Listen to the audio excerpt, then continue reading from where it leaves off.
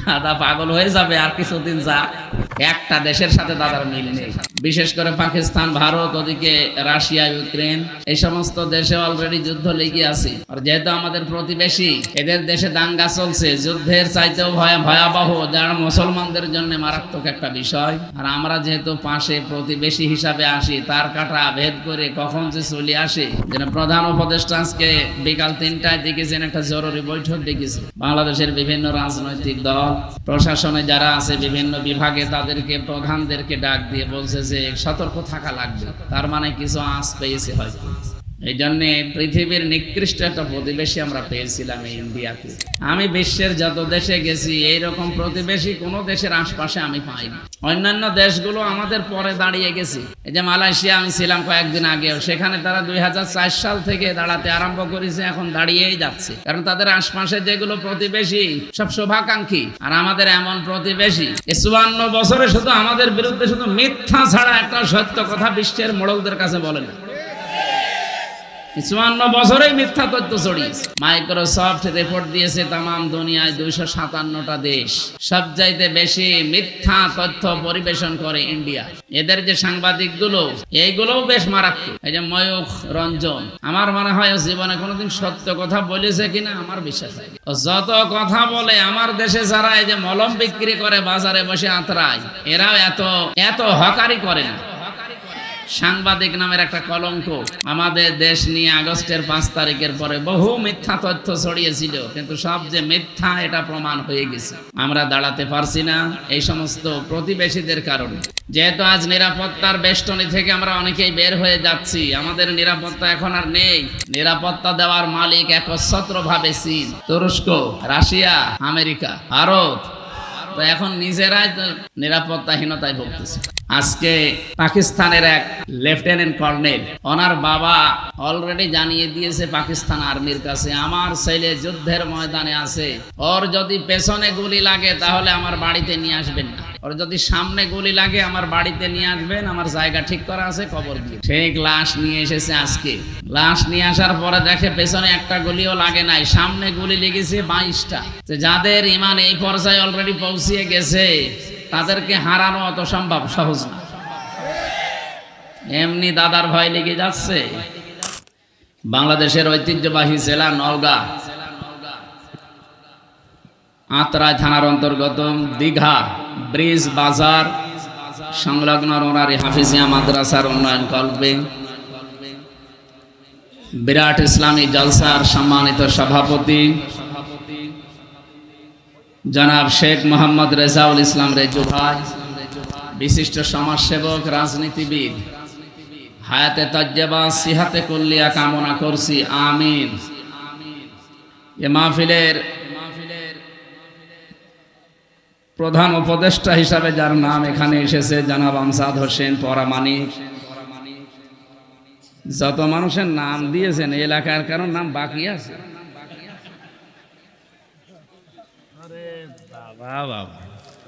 আমার তো বাংলাদেশে মনে হয় কোনো থানা বাদ নেই, অন্তত আমি একবার হলেও গেছি।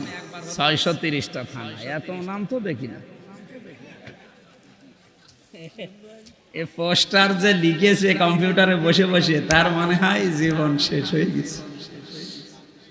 আজকের মাহফিলের প্রধান অতিথি রেজু ভাই না, বিশেষ অতিথি আমাদের আমজাদ হোসেন ভাই, আমাদের সম্মানিত সভাপতি আমার আরাফাতের ভাই আলহাজ মনজুরুল আলম মঞ্জু, চেয়ারম্যান 2 নম্বর নাকি 3 নম্বর আহসানগঞ্জ ইউনিয়ন পরিষদ। আহসানগঞ্জ একটা স্টেশন আছে না একটা, হ্যাঁ নাম শুনেছি। যাই হোক, যাদের নাম দিয়েছেন একবারে এমনি রাত হয়ে গেছে। আমার 9টায় ওঠার কথা, আপনারা তুলতে তুলতে 10:30 বাজিয়ে দিলেন। আমরা একবারেই দোয়া করলাম এদের জন্য, ওয়ারাফা'না লাকা যিকরাক, এদের মর্যাদা সম্মান আল্লাহ দুনিয়া আখিরাতে যেন আরো বাড়িয়ে দেন, বলেন আমিন। মঞ্চে বসা ওলামায়ে কেরাম, সামনে বসা মুসলমান ভাইরা, পর্দার আড়ালের সম্মানিতা মা এবং বোনেরা, প্রশাসনের ভাইরা, প্রাণপ্রিয় নওগাঁবাসী। সেদিন চাঁপাইনবাবগঞ্জে গিয়েছিলাম, একটা জায়গা, বাজারের নাম আড্ডা বাজার। হুজুর আমরা এখানে আড্ডাই থাকি, কারণ আড্ডা নিষেধ করলে আমরা করবো কি? এই বাজারের নামে আড্ডা বাজার। তো এই বাজারের নাম তো আর আড্ডা বাজার না, দীঘা। এখানে একটা দীঘা, বিশাল একটা আলতা দিঘি, ওটা এই জেলায় না? ওটা আলতা দিঘি এই জেলায়। হালকা পাতলা কিছু কিছু মনে আছে, ওই সাধারণ জ্ঞান বিশ্ববিদ্যালয়ে যখন ছিলাম পড়তাম, এই হালকা কিছু কিছু সারা দেশের মনে আছে। যেহেতু সবাইকে নিয়ে আমরা আল্লাহর দরবারে শুকরিয়া জানাচ্ছি, এমন একটা সময় যে সময় অলরেডি বিশ্বের কয়েকটা দেশে যুদ্ধ চলছে, বিশেষ করে পাকিস্তান, ভারত, ওদিকে রাশিয়া, ইউক্রেন, এই সমস্ত দেশে অলরেডি যুদ্ধ লেগে আছে। আর যেহেতু আমাদের প্রতিবেশী, এদের দেশে দাঙ্গা চলছে, যুদ্ধের চাইতেও ভয়াবহ, যারা মুসলমানদের জন্য মারাত্মক একটা বিষয়। আর আমরা যেহেতু পাশে প্রতিবেশী হিসাবে আসি, তার কাটা ভেদ করে কখন যে চলে আসে। যেন প্রধান উপদেষ্টা আজকে বিকাল 3টায় দেখেছেন একটা জরুরি বৈঠক ডেকেছে, বাংলাদেশের বিভিন্ন রাজনৈতিক দল, প্রশাসনে যারা আছে বিভিন্ন বিভাগে, তাদেরকে প্রধানদেরকে ডাক দিয়ে বলছে যে সতর্ক থাকা লাগবে। তার মানে কিছু আঁচ পেয়েছে হয়তো। এই জন্যে পৃথিবীর নিকৃষ্ট একটা প্রতিবেশী আমরা পেয়েছিলাম এই ইন্ডিয়াকে। আমি বিশ্বের যত দেশে গেছি, এইরকম প্রতিবেশী কোনো দেশের আশপাশে আমি পাইনি। অন্যান্য দেশগুলো আমাদের পরে দাঁড়িয়ে গেছে। এই যে মালয়েশিয়া আমি ছিলাম কয়েকদিন আগেও, সেখানে তারা 2004 সাল থেকে দাঁড়াতে আরম্ভ করেছে, এখন দাঁড়িয়েই যাচ্ছে। কারণ তাদের আশপাশে যেগুলো প্রতিবেশী সব শুভাকাঙ্ক্ষী, আর আমাদের এমন প্রতিবেশী 54 বছরে শুধু আমাদের বিরুদ্ধে শুধু মিথ্যা ছাড়া একটা সত্য কথা বিশ্বের মোড়লদের কাছে বলে না। 54 বছরেই মিথ্যা তথ্য ছড়িয়েছে। আপনি দেখেছেন মাইক্রোসফট, আপনারা তো এলাকায় গ্রাম্য মানুষ বেশি, যারা লেখাপড়া করে ইন্টারনেট বোঝে, মাইক্রোসফট রিপোর্ট দিয়েছে তামাম দুনিয়ায় 257টা দেশ, সবচাইতে বেশি মিথ্যা তথ্য পরিবেশন করে ইন্ডিয়া। এদের যে সাংবাদিকগুলো, এইগুলোও বেশ মারাত্মক। এই যে ময়ূখ রঞ্জন ঘোষ, আমার মনে হয় জীবনে কোনোদিন সত্য কথা বলেছে কিনা আমার বিশ্বাস হয়। যত কথা বলে, আমার দেশে যারা এই যে মলম বিক্রি করে বাজারে বসে আতরায়, এরাও এত এত হকারি করে না। সাংবাদিক নামের একটা কলঙ্ক আমাদের দেশ নিয়ে আগস্টের 5 তারিখের পরে বহু মিথ্যা তথ্য ছড়িয়েছিল, কিন্তু সব যে মিথ্যা এটা প্রমাণ হয়ে গেছে। আমরা দাঁড়াতে পারছি না এই সমস্ত প্রতিবেশীদের কারণে। যারা আমরাও দাঁড়াতে চাই নাকি? মানুষ দাঁড়াবে কখন? যেহেতু আজ নিরাপত্তার বেষ্টনী থেকে আমরা অনেকেই বের হয়ে যাচ্ছি, আমাদের নিরাপত্তা এখন আর নেই। কোরআনে কারীম জানিয়েছে, আল্লাযীনা আমানু ওয়া লাম ইয়ালবিসু ঈমানাহুম বিযুলমিন উলাইকা লাহুমুল আমনু ওয়া হুম মুহতাদুন। সূরা আনআম 7 নাম্বার পারা 17 নাম্বার পৃষ্ঠার 1ম নাম্বার লাইনের 82 নাম্বার আয়াতে আছে। এটা তাফসীরে ফি জিলালিল কোরআন সৈয়দ কুতুব রহমাতুল্লাহ আলাইহি লিখেছেন। আল্লাহ পাক বলেন, যারা ঈমান আনে আর ঈমানের সাথে কোনোদিন শিরিক আর জুলুম মিশ্রণ করে না। আল্লাহ বলেন, এখন যে নিরাপত্তাহীনতায় পৃথিবীর মানুষেরা ভুগতেছে, নিরাপত্তা দেওয়ার মালিক একচ্ছত্রভাবে চীন। এত আসতে বললে তুরস্ক, রাশিয়া, আমেরিকা, ভারত, তো এখন নিজেরাই তো নিরাপত্তাহীনতায় ভুগতেছে। আজকে পাকিস্তানের এক লেফটেন্যান্ট কর্নেল, ওনার বাবা অলরেডি জানিয়ে দিয়েছে পাকিস্তান আর্মির কাছে, আমার ছেলে যুদ্ধের ময়দানে আছে, ওর যদি পেছনে গুলি লাগে তাহলে আমার বাড়িতে নিয়ে আসবেন না, ওর যদি সামনে গুলি লাগে আমার বাড়িতে নিয়ে আসবেন, আমার জায়গা ঠিক করা আছে, কবর দিয়ে দেবেন। ঠিক লাশ নিয়ে এসেছে আজকে। লাশ নিয়ে আসার পরে দেখে পেছনে একটা গুলিও লাগে নাই, সামনে গুলি লেগেছে 22টা। যাদের ঈমান এই পর্যায়ে অলরেডি পৌঁছিয়ে গেছে, তাদেরকে হারানো অত সম্ভব সহজ না।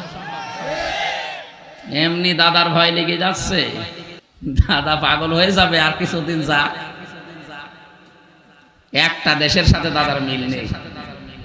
আমি কতগুলো দেশ ঘুরে আসলাম আশপাশে, শ্রীলঙ্কার সাথে ওদের মিল নেই, মালদ্বীপের সাথে মিল নেই, থাইল্যান্ডের সাথে মিল নেই, না এই যে আফগানিস্তানের সাথে একটা বর্ডার আছে মিল নেই, পাকিস্তানের সাথে তো দা কুমড়ার সম্পর্ক, এরপরে ভুটানের সাথে মিল নেই, মায়ানমারের সাথে মিল নেই। আমাদের সাথে মিল ছিল, বুবু ছিল, বুবু নেই, মিল। যাক, বুবু যখন চলে গেছে, এতদিন যারা বলতো আমাদের স্বামী স্ত্রীর সম্পর্ক আপনারা ওখানে থাকেন, কিন্তু দোলা ভাইয়ের সম্পর্ক আমরা মানি না। বুবু মানি, দোলা ভাই মানি, কারণ দোলা ভাইয়ের তো মুসলমানি দেওয়া লাগবে। এটাকে আমি বানালাম না। সূরা বাকারা 2 নম্বর পারা 16 নম্বর পৃষ্ঠা 4 নম্বর লাইনে আছে, 221 নম্বর আয়াতের মাঝের অংশে দেখেন, কোন মুশরিক পুরুষকে কোন মুমিনা নারী বিয়ে করতে পারবে না যতক্ষণ সে মুসলমান না হয়। দাদা তো এখনো মুসলমান হয়েছে, তার সাথে আপনি এতদিন মিথ্যা কথা বলেছেন জাতির লোকের কাছে যে আমাদের স্বামী স্ত্রীর সম্পর্ক হয় কি করে। দাদা হচ্ছে ফুল হাতা আর আমরা হাফ হাতা। আমরা হাফ হাতা না, এখানে কয়েকটা হয়তো ফুল হাতা থাকতেও পারে, ওই যে ছোট ছোট বাচ্চা যারা। সুতরাং আমাদের সাথে যদি এখন আত্মীয়তা করাই লাগে, দাদার এই বুড়ো বয়সে মুসলমানি দেওয়া লাগবে। আর আপনি এই বয়সে হাজাম পাবেন কোথায়? কি কথা বলছেন না কেন? হাজাম কোথায় পাবেন? বুড়ো হাজাম নিয়ে যান, ও ছাতা দেখা যাচ্ছে আগা কাটতে যে গুড়া খেতে দিচ্ছে। জীবনের মতো দাদার মুসলমানের শখ মিটে যাবে। এজন্য ওনার সাথে বিয়ে করা যেহেতু জায়েজ নেই, বউ একটু সাবধানে থাকবেন, কারণ ওই গরুর মদ খাওয়া লোক তো, ওদের তো চরিত্র ঠিক নেই। হ্যাঁ, কথা বলেন না কেন? চরিত্র ঠিক আছে, হ্যালো বউ কই? এজন্য কি এজন্য গান বেজেছিল, মদের বউ নাই, বাকিটার বলল না, নিজের মেয়ের ওপর পড়বে না। থাক। সম্মানিত ভাইরা, আমরা নিরাপত্তার জন্য যাদের কাছেই বলি না কেন, কেউ নিরাপত্তা দেওয়ার মালিক না। নিরাপত্তা দিতে পারে শুধুমাত্র আমাদের মালিক কে? আল্লাহ আয়াতের ভেতরে 2টা কথা দিয়েছেন, আল্লাযীনা আমানু, যারা ঈমান আনে, ওয়ালাম ইয়ালবিসু ঈমানাহুম বিজুলমিন, এবং তাদের ঈমানের সাথে যারা শিরিক এবং জুলুম মিশ্রণ করে না। এখানে জুলুম মানে শিরিক। সুতরাং আমরা যদি নিরাপত্তা আল্লাহর কাছ থেকে পেতে যাই, আমাদের ঈমান যায় আছে, ঈমানের সাথে যেন কোনো শিরিক, কোনো জুলুম মিশ্রণ না হয়। কে কথা বলেন? কথা বলেন। আল্লাহ পাক বলেন, এ পর্যন্ত বলে আমি শেষ করে দেইনি, এর পরেরটা বলার জন্য আমি এ পর্যন্ত বক্তব্য দিলাম। আল্লাযীনা আমানু ওয়া লাম ইয়ালবিসু ঈমানাহুম বিজুলমিন উলাইকা লাহুমুল আমন। নিজে এইভাবে মনে হচ্ছে কুদরতির আঙ্গুল দেখিয়ে বলছে, এই মানুষগুলোই নিরাপত্তার হকদার, এরাই নিরাপত্তার হকদার যারা তাদের ঈমানের সাথে জুলুম এবং শিরিককে মিশ্রণ করে না। বাংলার মানুষেরা একটু খেয়াল করে দেখেন তো, আপনি কি আল্লাহর পক্ষ থেকে এখনো নিরাপত্তা পেয়েছেন? আপনার ঈমান কি শিরিক মুক্ত? এখন যদি বলেন শিরিক কি, আপনি এই কথা আগে ক্লিয়ার করেন। পরা কোরআন শরীফ থেকে আমি শিরিকের যে শ্রেণী বিন্যাস পেয়েছি, শিরিক বিল জাত, শিরিক বিল সিফাত, শিরিক বিল ইখতিয়ারা, শিরিক বিল হুকুক, 120 প্রকার এভাবে সিরিয়াল করা আছে তাফসিরে। এক কথায় জবাব দিচ্ছি, সব বাদ দিয়ে দিলাম। আল্লাহ যেটা পারে ওইটা অন্য কেউ পারে, এই বিশ্বাস করার নাম শিরিক। কথা বোঝা গেছে না? আল্লাহ যেটা পারে ওইটা অন্য কেউ, বলেন বলেন। এই বাংলাদেশে বহু মানুষের মুসলমান নামের আগে মোহাম্মদ লেখে, নামের শেষে হোসাইন লেখে, কিন্তু মাঝখানের শব্দটা যাই হোক না কেন, ঈমান থাকার জন্য যেটা দরকার ওইটা তার ভেতরে পাওয়া যায় না। আল্লাহ নিজে জানিয়ে দিলেন যে আমি যেটা পারি ওটা অন্য কেউ পারে না। কেউ যদি মনে করে না যে অন্য কেউ পারে, সে আর মুসলমান নেই, সে মুশরিক।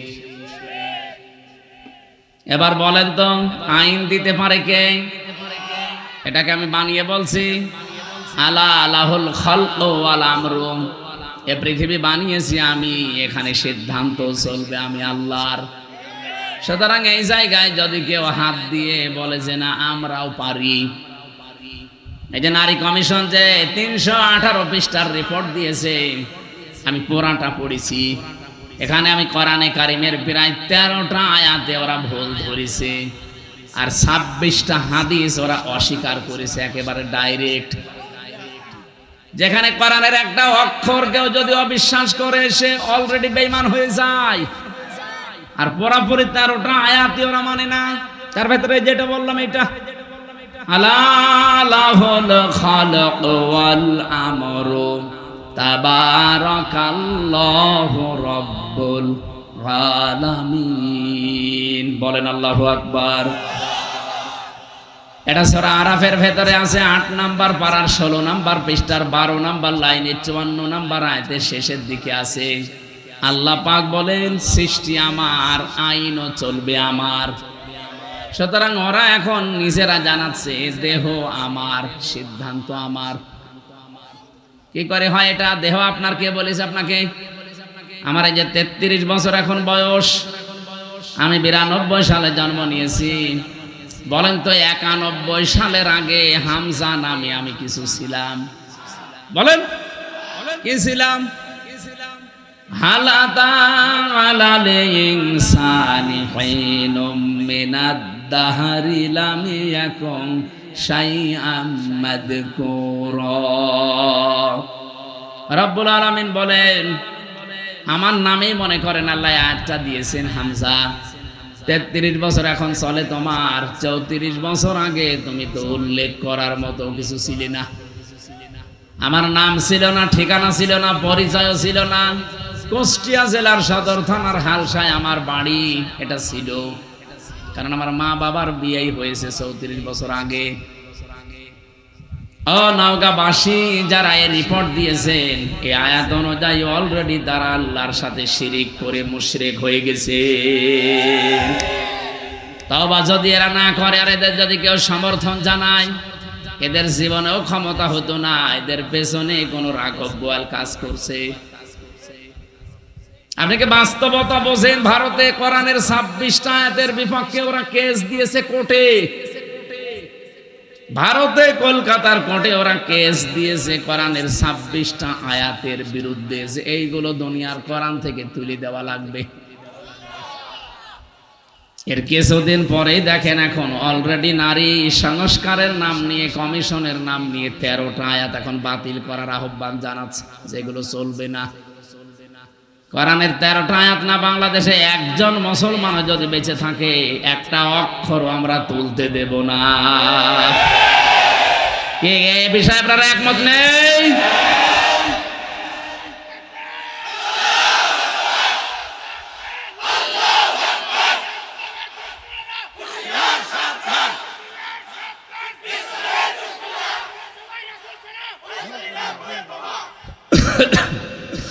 নওগাঁবাসী, আমি আবার বলছি, ঈমান যতটুকু আছে এটা আপনি নির্ভেজাল করবেন। আমি আবার বলছি, বারবার রিপিট করতাম না। নবীজিও মাঝে মাঝে গুরুত্বপূর্ণ কথা হলে 3 বার বলতেন, আর যেটার কোনো গুরুত্ব নেই তিনি জীবনে একবারও বলেননি। আমার যে দীর্ঘ একটা হাদিস পড়েছিলাম, এর ব্যাখ্যায় 7টা আছে। আমরা এর ভেতরে একটা পয়েন্ট এটা আছে, যদি তুমি এই পৃথিবীতে অনর্থক কথাবার্তা, অনর্থক কাজ থেকে নিজেকে বাঁচিয়ে রাখতে পারো, মহান আল্লাহ তোমার জন্য 2টা নিয়ামত বরাদ্দ করে দেবে। আমরা যাব সামনে ওইদিকে। তাহলে এখান থেকে যে বলতে চাই, আল্লাহ যেটা পারে ওটা অন্য কেউ। আবার বলেন আল্লাহ যেটা পারে অন্য কেউ। সন্তান দিতে পারে শুধুমাত্র পীর সাহেব। কে? আপনাদের এই নওগাঁ জেলায় এই যে মান্দা, কয়েকদিন আগে এসেছিলাম, যে বাড়িতে বসলাম, ওই বাড়িওয়ালার 2টা ছেলে, আর একটা আছে পেটে 6 মাস, ছন করে দেখছে ওইটাও ছেলে হবে। পানি নিয়ে এসে বলছে হুজুর এমন পানি পড়বেন যেন এবার মেয়ে হয়। মনে হচ্ছে আমি ডাউনলোড করে নিয়ে এসেছি। আর বগুড়া গাবতলী তারেক জিয়া সাহেবের গ্রামে একবার গিয়েছিলাম গত বছর। এক লোক এসে বলছে, হুজুরে আপেল পুড়ি দিন। আমি সূরা ফাতিহা পড়ে ফু দিলাম। আমার কানের কাছে মুখ নিয়ে বলছে, এমন আপেল পড়বেন যেন এবার ছেলে হয়। কেন? আমার বারবার মেয়ে হয়, তো এই জন্য আপনারা দিয়ে আমি আপেল পড়াচ্ছি। আপেল দিলাম ফেলে। আপেল কই? ফেলে দিয়েছি। আরে ভাই, আপেল পড়ে যদি ছেলে হইতো আমার 3টা মেয়ে হইতো না? ম্যাডামেরা শুধু আপেল খাওয়াতাম। কি বিশ্বাস দেখেছেন হুজুরের উপরে? এই বিশ্বাসটা যদি আল্লাহর উপরে 100 ভাগ করতো, আমার মনে হয় আল্লাহ দিলে দিতে পারতো। আমি পারবো? আমি পারলে আমারটা পারতাম না? মেয়েরা যারা এসেছেন, এক কথায় শিরিক যেন জীবনে না ঢোকে। আল্লাহ যেটা পারে পৃথিবীর অন্য কেউ।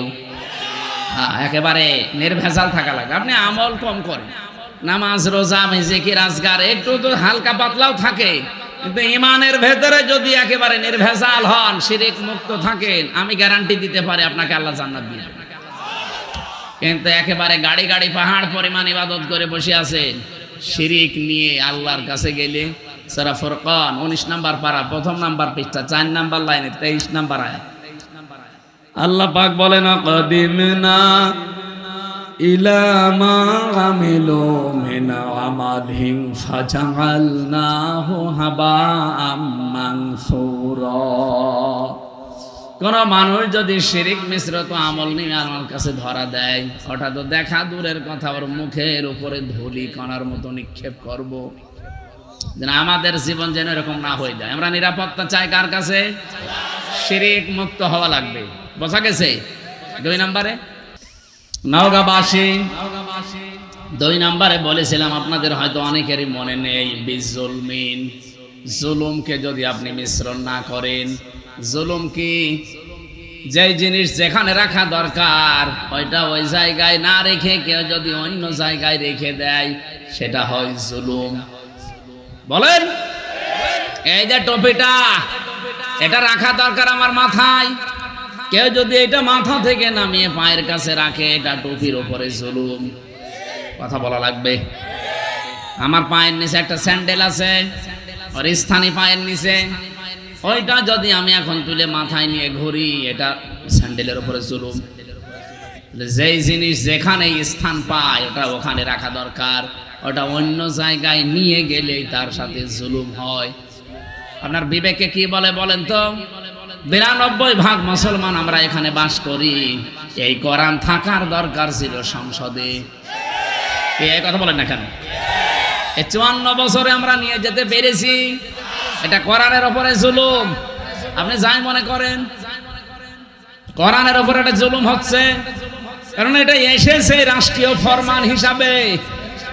আপনি এই তথ্য পাবেন সূরা রদ 37 নম্বর আয়াতে 13 নম্বর পারা 13 নম্বর পৃষ্ঠা 13 নম্বর লাইনে আছে, ওয়া কাযালিকা আনজালনাহু হুকমান আরাবিয়্যা। অবশ্যই আমি আপনার প্রতি যে কোরআন নাযিল করেছি, এটা সাধারণ জিনিস না, এটা হুকুম। এটা কি? এটা আইন হিসাবে নাযিল করলাম, যার বাংলা নাম আমরা বলি সংবিধান। এটা সংবিধান হিসাবে নাযিল হয়েছে। যদিও আজকের তেলাওয়াত কিন্তু আয়াত ওই লাইনে না, আজকে পারিবারিক জীবন নিয়ে একটা আয়াত পড়েছি। আমরা পারিবারিক জীবনের কিছু সমস্যা আজকে আয়াত দিয়ে তুলে ধরবো এবং সলিউশন দেব এই আয়াত থেকেই ইনশাআল্লাহ। আমরা আজকের আয়াত থেকে যতটুকু বুঝলাম, যে আমরা যদি আল্লাহর কাছ থেকে নিরাপত্তা পেতে চাই, কিছু কিছু পয়েন্ট আমাদের মানা লাগবে। 1 নম্বরে, জীবনে কোনোদিন শিরিক যেন না থাকে, যদি থাকে আজকে থেকে তওবা করে ওটা বাদ দিন। 2 নম্বরে, আমাদের জীবনে যেন জুলুম না থাকে। কি কথা বলেন না কেন? শব্দটা যদিও শুনতে ছোট মনে হচ্ছে, এত বড় মারাত্মক একটা শব্দ এই জুলুম। আমার আল্লাহ পাক আরশ পর্যন্ত কাঁপন ধরে জুলুম যদি কোনো জায়গায় দেখে। কোরআন শরীফে সূরা সূরা 25 নম্বর পারা 6 নম্বর পৃষ্ঠা 13 নম্বর লাইনের 42 নম্বর আয়াত একটু পড়বেন। আমি পড়লে আমার শরীরে কেমন যেন কম্পন ধরে। ইন্নামাস সাবিলু আলাল্লাযীনা ইয়াযলিমুনান নাস। আল্লাহ পাক বলেন আমি নিজে মামলা দেব, নিজে অভিযোগ দায়ের করব, নিজে কেস করব তাদের বিরুদ্ধে যারা মানুষ হয়ে মানুষের উপরে জুলুম করে। যারা ভিকটিম আছেন এখানে বলেন তো আয়াত অনুযায়ী বাংলাদেশে 15.5 বছরে আমরা অনেকেই বসে আছি যারা মানুষ হয়ে মানুষের উপরে জুলুম করেছে। এক কথা বলেন না কেন? বিনা কারণে বহু মানুষ এই দেশে জুলুমের শিকার হয়েছে। এখনো পর্যন্ত একজন বিনা কারণে জেল খাটতেছে, আজহার। আপনাদের পাশের বিভাগ রংপুরের মানুষ এটিএম আজহারুল ইসলাম। আমার তো বারবার বলতে ইচ্ছে হয় এই 15.5 বছরে যত রাজনৈতিক মামলা হাসিনার দলের লোক দিয়েছে সবগুলো বেকসুর খালাস দেওয়া দরকার। ম্যাডামকে যেভাবে খালাস দিয়েছেন, আমি চাই ম্যাডামকে 6 বছর না, ওনার তো একদিনও জেলে রাখা জুলুম হয়েছে। কারণ ওনার যে মামলা দিয়েছিলেন পুরাটা বানোয়াট। আপনি এতিমের মাল আত্মসাৎ করায় এই মামলা দিয়েছেন যেই টাকার জন্যে, ওই টাকা আরো 7 গুণ বৃদ্ধি হয়েছে। ওনারে আরো পুরস্কার দেওয়ার দরকার ছিল। কিন্তু যারা টাকা পাচার করেছে তাদের এখন আপনি কি করবেন বলেন? এই যে দরবেশ, ওর মাথার চুল থেকে পা পর্যন্ত পুরা সাদা, আমার মনে হয় ভেতরে বাইরে সবই সাদা। এক কথা বলছেন এখানে 36,000 কোটি টাকা চুরি করিস 7টা ব্যাংক থেকে। জীবনে আপনি কোনোদিন যদি গণনা করতে দেওয়া হয় আপনার হাত ব্যথা হয়ে যাবে, এক জীবনে গুণেও শেষ করতে পারবেন না। 36 কোটি টাকা না, 36,000 কোটি টাকা। একজনে যদি এত টাকা চুরি করে, ম্যাডাম খালেদার 2 কোটির জন্য যদি 6 বছর জেল হয়, এই লোকের জেল হওয়া দরকার কিয়ামত পর্যন্ত। আর হাসিনার ছোট বোন এ আল্লাহর ওলি, এই রূপপুর পারমাণবিক কেন্দ্র থেকে 76,000 কোটি টাকা শুধু একজন নিয়েছে, আর বাকিগুলো তো বাদই দিলাম। এ দেশটা যেভাবে ফোকলা করে ফেলেছেন, শান্তিতে তো নেই। এই যে বাইরে কয়েকদিন আগে সিঙ্গাপুরে ছিলাম, মালয়েশিয়া ছিলাম, এই শয়তানরা সব এখন যে সমস্ত দেশে থাকে ওখানে বানিয়েছে সাহেব পাড়া, কিন্তু থাকতে পারে না, থাকে সব হোটেলে। মালয়েশিয়া যে হোটেলে উঠলাম, সিঙ্গাপুরে যে হোটেলে উঠলাম, নিচে নেমে দেখি 2 জন চা খাচ্ছে। কি গো হুজুর, আমরা আগেই পালিয়েছি। পালালেন কেন? আপনার না 620টা বাড়ি, ওই যে চট্টগ্রামের ওইটার ভূমি মন্ত্রী ছিল, 620টা বাড়ি বানিয়েছে শয়তান। একটা বাড়িতেও থাকতে পারে না, এখন থাকে হোটেলে, তাও চুরি করে। হুজুর দোয়া করবেন, তখন দোয়া বের হয়। আর ভালো লোকের কাছে দোয়া চাইছে। আমার মনে হয় এই 9 মাস যদি থাকতো আরো 200 বাড়ি বানাইতো। এক কথা বলেন না কেন? সব দর বাবার টাকায় বানাইতো। বলেন বলেন। এই জুলুম যা করেছেন, জুলুমের এখন আল্লাহ নিজে শোধ নিচ্ছেন আপনাদের উপরে।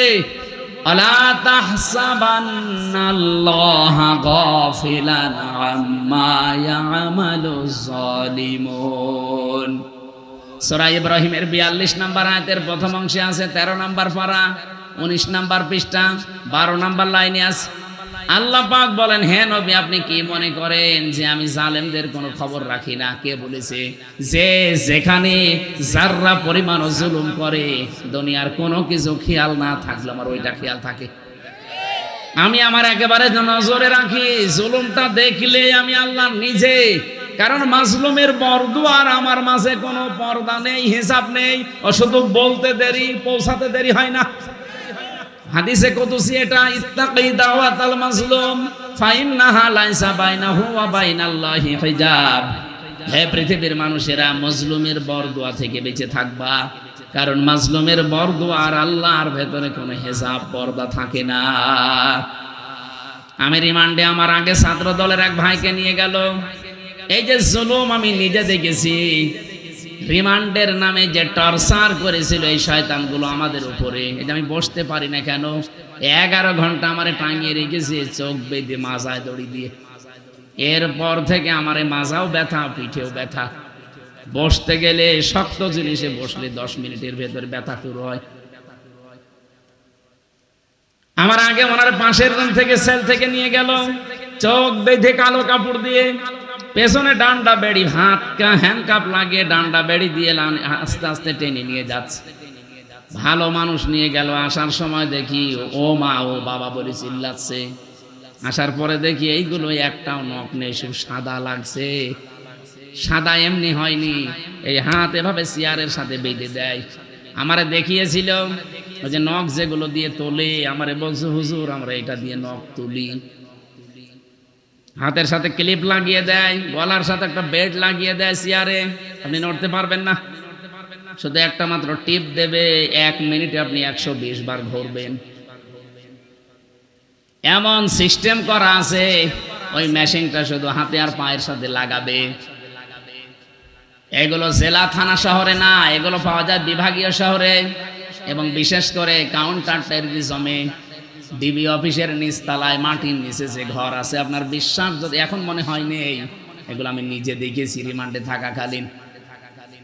একটা শুধু টিপ মারে, এক টিপে আপনার নখ যতগুলো আছে সব খসে চলে আসে। আরে ভাই নখ খসে গেলে ছেড়ে দে না, ওর উপর আবার লবণ ছিটিয়ে দেয়।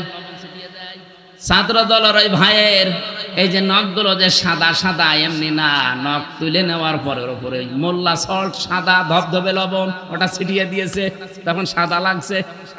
এই জন্যই তো এরকম চিৎকার মারছিল। আমার যে অফিসার নিয়েছিল সঞ্জয় দত্ত হিন্দু, এ বেটা বলছিল আমি নিজে শিবিরের যে সাবেক কেন্দ্রীয় সভাপতি দেলাওয়ার, এই ঠাকুরগাঁও বাড়ি, পরে আমরা ফুটবলের মতো লাফিয়েছি। ওর হাতের পায়ের নখ সব তুলে নিয়েছে। এই যে জুলুম গুলো যারা করেছিলেন, মানুষ জুলুম করে একটা টার্গেট নিয়ে। আমি আয়াতের তাফসিরে একটা ঘটনা পড়েছি, সাদ্দাত বাদশাহ, এর নাম শোনেননি? এই লোকটা, তার স্বপ্ন সাদ ছিল আমি দুনিয়ায় জান্নাত বানিয়ে নিজে উদ্বোধন করব, কিন্তু তার এই পেছনে আমি পড়ে দেখেছি তাফসিরে তাবারির ভেতরে আছে, আল্লাহ তার এই স্বপ্ন সাদ পূরণ করতে দেয়নি শুধু একটা মহিলার বর দেওয়ার কারণে। ওই জামানার নবী যিনি ছিলেন হযরত হুদ আলাইহিস সালাম, তার কাছে জিজ্ঞাসা করে করেও জান্নাত বানিয়েছিল যে তোমার আল্লাহর বানানো জান্নাত আমার লাগবে না, আমি নিজে বানাবো। এখান থেকে একটা শিক্ষা আমি নিয়ে এসেছি, ভালো করে খেয়াল করবেন। 20 বছর ধরেও জান্নাত বানাচ্ছে, 22,000 শ্রমিক কাজে লাগিয়েছে, এলাকায় যত স্বর্ণ রূপা পাওয়া যায় সব নিয়ে আসতেছে বিভিন্ন জায়গা থেকে, পেয়াদাদেরকে পাঠিয়ে দেয়, যাও যেখানে যা সোনা রূপা পাও নিয়ে আসো, আমার জান্নাত বানাতে হবে। একটা মহিলা বিধবা, তার মা বাবা নেই, ইয়াতিম, বিয়ে হওয়ার কয়েকদিন পরে স্বামী মারা গেছে, তার কাছে স্বামীর দেওয়া 1 টুকরা স্বর্ণ ছিল, ও যে বলছে ওটা দেওয়া লাগবে, বাদশার স্বপ্ন পূরণ করতে হবে। মেয়েটা বলেছে আমার এই শেষ সম্বল এটা নেবেন না, বারবার নিষেধ করার পরও শোনে নাই, না বাদশার স্বপ্ন সাদ এ পূরণ করাই লাগবে। জোর করে যখন কেড়ে নিতে গেছে, মেয়েটা মাটির ভেতরে গড়াগড়ি দিয়ে কেঁদেছিল। তাফসিরে ফিজিল কি তাবারির মুফাসসির লিখেছেন, ওই দিন সঙ্গে সঙ্গে মেয়েটা বর্দ দিয়েছে, এই মাজলুম অবস্থায় আল্লাহ আমার জীবনের শেষ সম্বলটুকু যে কেড়ে নিল, তাকে তুমি স্বপ্ন পূরণ করতে দিও না। এ দোয়াটা কবুল হয়ে গেছে। এই লোকটা জান্নাত যেদিন উদ্বোধন হবে, এত সিকিউরিটি দেওয়া, একটা পিপিলিকা আসার মতো কায়দা নিয়ে এত সিকিউরিটি দেওয়া, হঠাৎ জান্নাতের মেন গেটে যাওয়ার পরে দেখে একটা ফকির বসা। জিজ্ঞাসা করছে এখানে আসলে কি করে? ফকির ওখান থেকে বলে, বাদশাহ ঘোড়ার পেট থেকে একটু কানটা কাট করেন, আমার কিছু কথা আছে। বলে পরে না, এখনই বলবো। এখনই বলবো মানে কে তুমি? এত গরমে কথা বলো। উপর থেকে যখন মাথাটা নিচের দিকে একটু দেওয়ার সিস্টেম ছিল, কান যেহেতু দিয়েছে, কানের কাছে মুখ নিয়ে বলে, আমি দুনিয়ার সাধারণ ফকির না, আমি ফেরেশতা আজরাইল। আল্লাহ আমাকে পাঠিয়েছেন এই মুহূর্তে তোমার জান কবজ করার জন্য। আমি হাদিস পড়তে গিয়ে তাফসিরে পেয়েছি, পৃথিবীতে আজরাইল আলাইহিস সালাম মাত্র 2 বার কেঁদেছিলেন। যেই দিন থেকে উনি জান কবজ করা আরম্ভ করেছেন, ওই দিন থেকে শুধু আজ পর্যন্ত তিনি 2 বার কেঁদেছিলেন, তাছাড়া আজ পর্যন্ত তিনি কাঁদেননি। একবার এই সাদ্দাত নামে লোকটা যেদিন জন্ম নেয় সমুদ্রের ভেতরে, ওর মাকে ওই দিন হত্যা জান কবজ করেছিল ওই আজরাইল। পানির ভেতরে কাঠের ওপরে ভাসছিল এই ছেলেটা। আল্লাহ বলেছেন যাও মেয়েটাকে তুলে নিয়ে আসো। ওই দিন আজরাইল কেঁদে ফেলেছিল। আপনি চিন্তা করেন তো কি সিচুয়েশন ছিল যে আজরাইল পর্যন্ত কেঁদে ফেলেছে। আর আরেকদিন কেঁদেছিল যেদিন এই জান্নাত উদ্বোধন করবে এই সেই সাদ্দাত। এর বিশাল জীবনী লেখা আছে। আমার ঘটনা বলা উদ্দেশ্য না, আমার এখানে শিক্ষা দেওয়ার একটা উদ্দেশ্য। যেই দিন তিনি জান্নাত উদ্বোধন করবে, হযরতে আজরাইল বললেন না আমি আর সময় দিতে পারবো না। ও শেষ পর্যায়ে এটাও বলেছিল ফেরেশতা আমাকে এতটুকু সময় দাও, আমি শুধু জান্নাতটা উদ্বোধন করে একটা চক্কর দিয়ে এসে আমার জানটা তুমি নিয়ে নিও। ফেরেশতা বলেছে না, আল্লাহর আদেশ তোমাকে জান্নাত উদ্বোধন করতে দেওয়া হবে না। ইদা জাজালুহুম লা ইস্তাখিরুনা সাআতাও ওয়ালা ইস্তাকদিমুন। আপনারা সুবহানাল্লাহ বলেন, আলহামদুলিল্লাহ বলেন, আল্লাহু আকবার বলেন, যাই বলেন। এই ঘটনাটা কিন্তু একটা ঐতিহাসিক একটা ঘটনা, কিন্তু এর পেছনে যে দলিলগুলো আছে খুব শক্ত না। আমি শিক্ষার জন্য শুধু বলছি। এদিকে তাকান। ও জান্নাতের গেট, মেন গেটে দাঁড়িয়ে ভেতরে যাবার জন্য ঘোড়ার পিঠ থেকে জোর করে হলেও তিনি লাফ দিয়েছিলেন, কিন্তু পারেন নাই। স্পর্শ করার আগেই ঘোড়ার পিঠ থেকে বাইরে পড়ে গেছে। মুফাসসির বলেন কেন সে জান্নাতের চৌকাঠ পর্যন্ত স্পর্শ করতে পারলো না জানো? কারণ ওই যে বিধবা একটা এতিম মেয়ের বরদোয়া ছিল। আপনি বলেন তো এখান থেকে কি পেলেন? এত বড় বিশাল শক্তিশালী বাদশাহ তার স্বপ্ন পূরণ করার জন্য কি করেছে আপনি বলেন? 22,000 শ্রমিক কাজে লাগিয়েছে, 20 বছর একাধারে শ্রম দিয়ে বানিয়েছে, মনের মতো করে সাজিয়েছে। যেদিন উদ্বোধন করবে পারে নাই, শুধু একটা মেয়ে লোকের এতিম অসহায় বিধবা এই মেয়ে লোকটার বরদোয়া লেগেছিল যে আমার শেষ সম্বলটুকু যে কেড়ে নিল তার স্বপ্ন তুমি পূরণ করতে দিও না। আপনি রাগ করলেও এবার বলবো 15.5 বছর যারা ছিল এরাও তো বিভিন্ন স্বপ্ন নিয়েছিল। কথা বলেন না কেন? কেউ বলেছিল যে 21 সাল হয়ে গেল, 21, তারপরে বলছে না 41 সাল হয়ে গেল, তারপরে বলে না 71 সাল। আমার মনে হয় একেবারে চলে যেত কিয়ামত পর্যন্ত।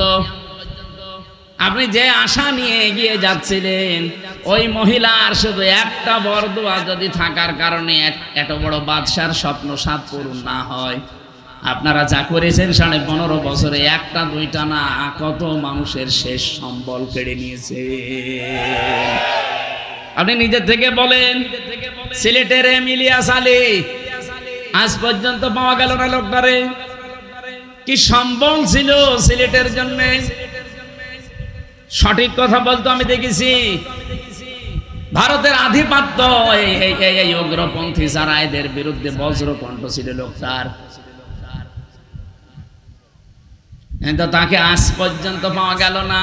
তার পরিবারের তার ছোট্ট মেয়েটা আমি দেখেছিলাম ওই দিন হাসিনার কাছে যেদিন যায় বলে আমার বাবাকে ফিরিয়ে দেন, কি মায়া কান্না করছিল যে না আমি দেখতেছি, অথচ ওই সময় তারে মেরে ফেলেছে। এত বড় নাটক আপনি করলেন। আমি ওই দিন ওনার চোখে পানি দেখিনি, কিন্তু সান্ত্বনা দেওয়া দেখেছি। আগস্টের 5 তারিখে ওনার চোখে আমি পানি দেখেছি। আমার এই ছোট্ট জীবনে ওনার দিকে আমি যতবার তাকিয়েছি এই একবার শুধু কান্না দেখলাম। এর আগে জীবনেও কোনোদিন কে দিয়েছে বলে আমি দেখিনি, শুধু একটু কান্নার ভান করেছি। আপনার পেছনে আপনার এই চেয়ারের সাথে কত মানুষের হাহাকার লেগে আছে আপনি জানেন? আমার মেয়েটার পিছন ভ্যান ধরে ঝুলছিল, এরপরও আপনার মন গলে নাই। 7 মাস আমি ওকে রেখে এসেছিলাম, বাড়ি যেয়ে দেখি একবারে ওর 3.5 বছর হয়ে গেছে ওর বয়স। কারণ আমি একবারে 3 বছর কতদিন পরে বাড়ি থেকে গেলাম, জেল থেকে। ও নিজেও আমারে চেনে না, যেদিন আমি জেল থেকে বাড়ি গিয়ে নিচতলায় দাঁড়িয়েছি, ওই ছোট মেয়েটা আমারে বলছে, হুজুর আমাদের বাড়ি আসেন। ও মনে করছে এরকম হুজুর বহু আসে, 3 বছরে এটা মনে হয় হুজুরই হবে। আমি যে ওর বাবা, ও জানেই না, কারণ এই 3 বছরে তো জীবনে ওরা দেখিনি আমি। আমার সাথে দেখা সাক্ষাৎ পর্যন্ত, আমার যোগাযোগ পর্যন্ত বিচ্ছিন্ন ছিল।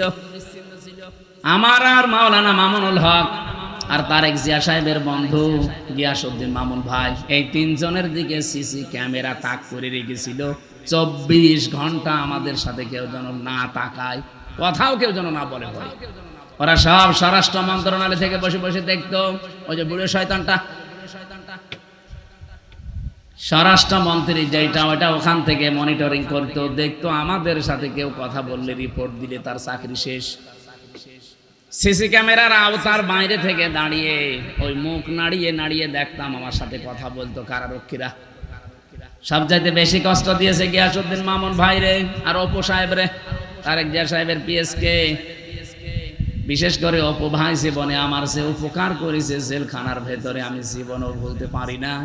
যেখানেই যাই, বিশেষ করে তাহাজ্জুদের নামাজের পরে আমার ওনার নামটা এমনি মনে চলে আসে, আল্লাহ অপু মিয়াকে তুমি মাফ করে দিও, বলেন আমিন। উপকার যে করেছে আমি কৃতজ্ঞতা স্বীকার করি। বলেন তো, আমি একটা ছোট মানুষ, ওই সময় আমার 30 বছর বয়স ছিল, এখন নাই 33। কি করেছিলাম এত আমি, যে আমাকে এত শাস্তি দেওয়া লাগবে আপনার? 3টা বছর আমি জানি না যে বাইরে কেউ বেঁচে আছে না মরে গেছে। পরে বের হয়ে শুনছি আমার দাদা মরে গেছে, আমার আপন দাদা, যে আমাকে মাদ্রাসায় পড়িয়েছিল। আমি শুনলাম আমার চাচা তো এক ভাই ছিল, সে মরে গেছে। আমার একটা শালা ছিল, সেও মরে গেছে, চাচা তো শালা। আমার নানি বেঁচে ছিল, উনিও মারা গেছে। আমার নানা ছিল, উনিও মারা গেছে। একটাও আমি জানিও না, কারণ আমার কাছে কেউ খবর দিত না। ভয় আসবে কি করে? সিসি ক্যামেরা দেখলেই তার পরের দিন আবার পানিশমেন্ট দিত। ওই দূর থেকে মুখ নাড়িয়ে হাতের ইশারায় বলতো যে আপনার অমুকে অমুক। আমি বুঝতাম যে হয়তো কেউ মরে গেছে আজকে। নিজেকে আপনি এই জায়গায় একটু দাঁড় করিয়ে বলেন তো, কি কড়াকড়ি করতো আমার সাথে। এই জুলুমটা করে আপনি কি পেলেন? এখন তো নিজেই দেশান্তরিত হয়ে বসে আছেন। কি কথা বলছেন না কেন? জুলুম করবেন না কারো উপরে, এটা আল্লাহ জীবনও সহ্য করে না। এত বড় নিকৃষ্ট একটা জিনিস, এত বড় বাদশার শুধু একটা মাজলুমের বরদোয়ার কারণে তার জান্নাত উদ্বোধন করা দূরের কথা, চৌকাটে আল্লাহ পা দিতে দেয়নি। আর আপনি বিশাল স্বপ্ন সাথ নিয়ে বসে আছেন, এত বড় বড় জুলুম করে। কত মানুষকে আয়না ঘরে রেখে তার জীবন শেষ করে দিয়েছেন। রিমান্ডে আমার যে মাটির নিচে নিয়েছিল, যে ঘরে ওরা নিজেরাই বলতো যে পাশ দিয়ে যেটা দেখতে পাচ্ছেন এই ড্রেন, এর ভেতরে কত মানুষকে আমরা কারেন্টের শক দিয়ে মাছের খাবার বানিয়ে দিয়ে। এরকম অবস্থায় আপনি কি দিক দ্বারা ঠিক থাকবে আপনার? এরপরে আমার বলছে আপনাকে যা বলতে বলি, এটা যদি ম্যাজিস্ট্রেটের কাছে না বলেন, আপনার বউ তুলে নিয়ে আনবো। আপনি কত বড় ইমানদার যে এই সময় ঠিক থাকতে পারবেন বলেন?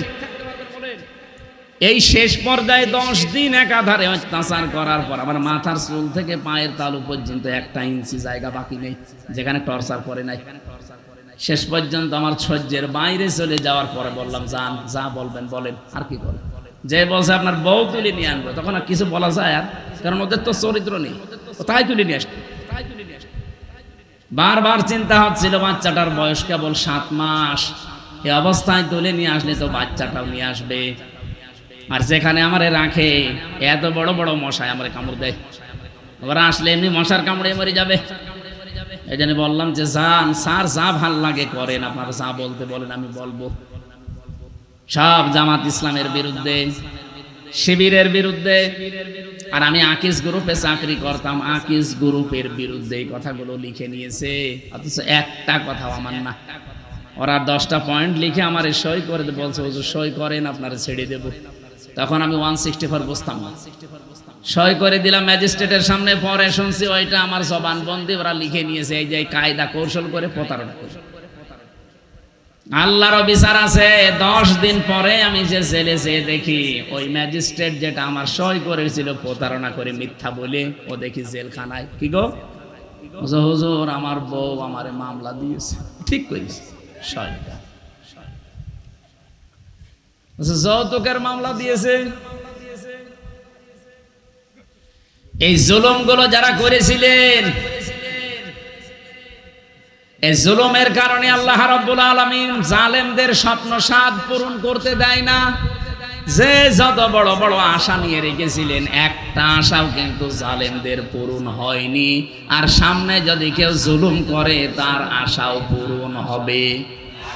আরো জোরে বলেন হবে না? তা আল্লাহর গ্যারান্টি কয়েক জায়গায় পেয়েছি আমি। এটা 1 নম্বরে পেয়েছি সূরা ইব্রাহিমের ভেতরে, 2 নম্বরে সূরা শুরার ভেতরে, 3 নম্বরে সূরা আনামের ভেতরে। যারা জুলুম করে, আমার আল্লাহ তাদের সেদ কেটে দেয়, ওদের স্বপ্ন সাত পর্যন্ত আর যেতে পারে না। কোরআনে কারীম জানিয়েছে, সূরা আলে ইমরানের ভেতরে আছে, ইন্নামা নুমলি লাহুম লিয়াজদাদু ইসমা ওয়া লাহুম আযাবুম মুহিন। অবশ্যই মানুষের পাপ যখন সীমা ছাড়িয়ে যায়, সীমা লঙ্ঘন করে ফেলে লোকটা, তখন ওই লোকটার জন্য অপমানজনক শাস্তি আল্লাহ রেডি করে রাখে। নওগাঁবাসী, আমাদের জীবনে যেন এরকম কিছু সামনে না আসে। চেয়ারে কারা আসবেন আমরা জানি না, যারা আসবেন তারা যেন নিজের ওপরে, পরিবারের ওপরে, সমাজের ওপরে, রাষ্ট্রের ওপরে, জনগণের ওপরে জুলুম করবেন না।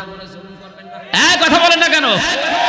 বারবার বলছি, আহ্বান জানিয়ে, এটা রেকর্ড হচ্ছে, সারা দেশ চলছে। যারা আসবে জুলুম করবেন না। 15 বছরের শিকড় যদি কেটে ফেলতে পারে আল্লাহ, 5 বছর যদি জুলুম করেন না, 5 বছর পরে আপনার বাড়ি ঘরও কিন্তু এই জালেমদের মতো শ্মশান হয়ে যাবে। আপনি দেখেন জালেমদের বাড়ি ঘরের দিকে তাকিয়ে, সব এখন ওজাড় গৃহ পড়ে আছে, জনশূন্য, কেউ আর ওর কাজ দিয়েও যায় না। সেটা আমি কিশোরগঞ্জ থেকে আসার সময় ড্রাইভারকে বললাম, এই বাড়ির সামনে একটু দাঁড়ান, ওখানে উপরে লেখা দেখছি, ওই সাইনবোর্ডটা আছে, কেন্দ্রীয় কার্যালয়, জেলা কার্যালয়।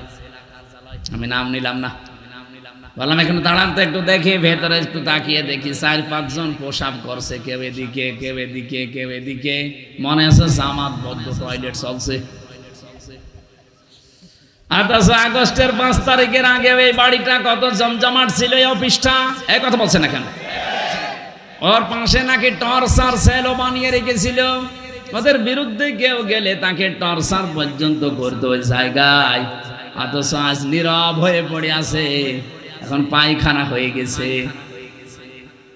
আজকে আসার সময় কে যেন বলছিল, কেন্দ্রীয় কার্যালয় যেটা ওই জালেমদের, ওইটাও নাকি এখন টয়লেট হয়ে গেছে। ওটা এখন নাকি জেনার কারখানা। রাতের বেলা গিয়ে নারী পুরুষ ওখানে নাকি অনেকে জেনা করে। বলেন নাউজুবিল্লাহ। কোরআনে কারিমে আছে, কোন জায়গায় যদি জুলুম হয়, ওই জায়গা পর্যন্ত আল্লাহ অভিশপ্ত করে দেয়। এই জন্য আমরা আবার বলছি, ভাই জীবনে আর যাই করেন যেন জুলুম করবেন না। আল্লাহ রাব্বুল আলামিন এই পৃথিবীতে যত জায়গায় জুলুম করা নিষেধ করেছেন, তার অন্যতম এখানে একটা জায়গা আছে। সূরা আলে ইমরানের 14 নম্বর আয়াত, রাব্বুল আলামিন বলেন, এদিকে তাকিয়ে থাকবেন, প্রথমে 7টা জিনিসের নাম পাবেন, এরপরে 3টা জিনিস আমার আল্লাহ পুরস্কার ঘোষণা দিয়েছেন। এই পুরস্কার পাওয়ার জন্য আমার আল্লাহ 7টা গুণ আমাদেরকে অর্জন করার আহ্বান জানিয়েছেন। এই 14, 15, 16, 17 এই নাম্বার আয়াতগুলো থেকে এখন আমি তাফসীর করছি।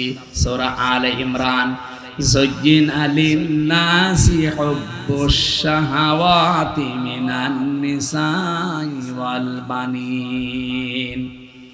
আল্লাহ পাক বলেন, আমি শোভন করে দিয়েছি, আকর্ষণীয় করে দিয়েছি, আমি লোভনীয় বস্তু বানিয়ে দিয়েছি, আসক্তি তৈরি করে দিয়েছি এই পৃথিবীতে 7টা জিনিসের উপরে। তার 1 নম্বরে নারী। 1 নাম্বার কি? এই জন্য দুনিয়ায় এই জায়গায় খুব সেনসিটিভ থাকা লাগবে। মেয়েদের প্রতি আকর্ষণ, মেয়েদের প্রতি আসক্তি, তাদের প্রতি ভালোবাসা, লোভ, চিত্রাকর্ষণ, এগুলো আল্লাহ বানিয়ে দিয়েছেন। এই জায়গাতে খুব সেনসিটিভ থাকা লাগবে আমাদের। বিশেষ করে এখন যে তথ্য প্রযুক্তির যুগ চলছে, মোবাইলে যারা কথা বলেন বিভিন্ন জায়গায়, ইমোতে বলেন, হোয়াটসঅ্যাপে বলেন, মেসেঞ্জারে বলেন, আর যাই বলেন না কেন খুব সাবধানে কথা বলবেন, কারণ আপনার প্রতিটা কথা কিন্তু রেকর্ড করা হচ্ছে। এই কথা বলছেন, আপনি হয়তো টের পাচ্ছেন না যে না এটা আবার কে ধরবে। ধরবে মানে আমি রিমান্ডে আমার শুনিয়েছিল, কোথায় আমার ম্যাডামের সাথে আমার মায়ের সাথে সাতক্ষীরা থেকে একজন কল দিয়ে কি বলেছে ওটা দেখি রিমান্ডে দ্বিতীয় দিন আমার শোনায়। কি গো, ওদের কাছে এমন উন্নত মেশিন ওরা ইসরায়েল থেকে নিয়ে এসেছিল, ওরা যারা ট্যাগ করে তারা একেবারে নারী নক্ষত্র পর্যন্ত বের করে। আপনি একটা মিথ্যা কথা বলবেন, জীবনেও ছাড় পাবেন না, ও পরের দিন আবার ওটা দেখাবে। এই যে যারা পরকীয়া প্রেমী আছেন, নিজের স্ত্রী বাদ দিয়ে অন্যের সাথে যাদের লাইন আছে, আপনি দেখবেন যদি ব্রেকআপ হয়ে যায়, ওই মহিলা যদি ওইটা রেকর্ড করে রাখে, তারপরে আপনার দেশে চলাফেরা করা, সংসারে তখন অশান্তির শেষ থাকবে না। এরকম কোন লাইনে কেউ আছেন কিনা? যদি থাকেন একটু হাত তুলে দেখান, আল্লাহ আপনাকে দেখি। হ্যাঁ ছেলে, খুব আরাম লাগছে।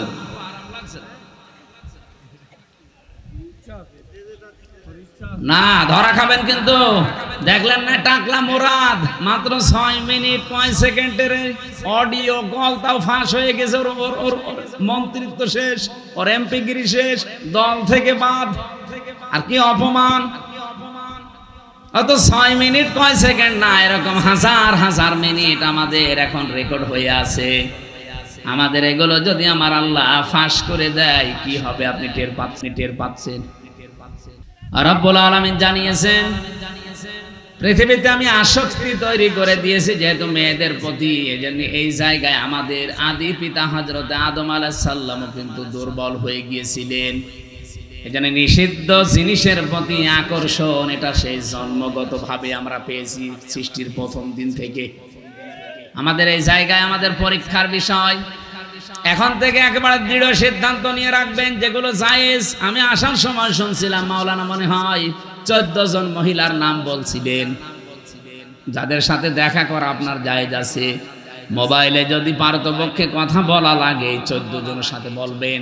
এর বাইরে যদি কেউ কল দেয়, ওটা যদি জিবরাইলের খালাতো বোন হয়, তারপরও বলবেন আপনার সাথে কথা নেই। কি কথা বলছেন না কেন? আপনি শক্ত থাকবেন এই জায়গায়। মেয়েরা যারা এসেছেন এই জায়গায় আপনারাও নিজেদেরকে খুব, একজন আলেম সেই দিন দেখলাম কুমিল্লায় বাড়ি, উনি বলছিলেন নিজের স্ত্রীকে কেউ যদি ভিডিও মোবাইল কিনে দেয়, এই যে Android set, screen touch mobile, এটাই নিজের স্ত্রীকে কিনে দেওয়া আর পরপুরুষকে ঘরে ঢুকিয়ে দেওয়া একই কথা। অথচ এরকম বহু দেশে নেই। বলেন,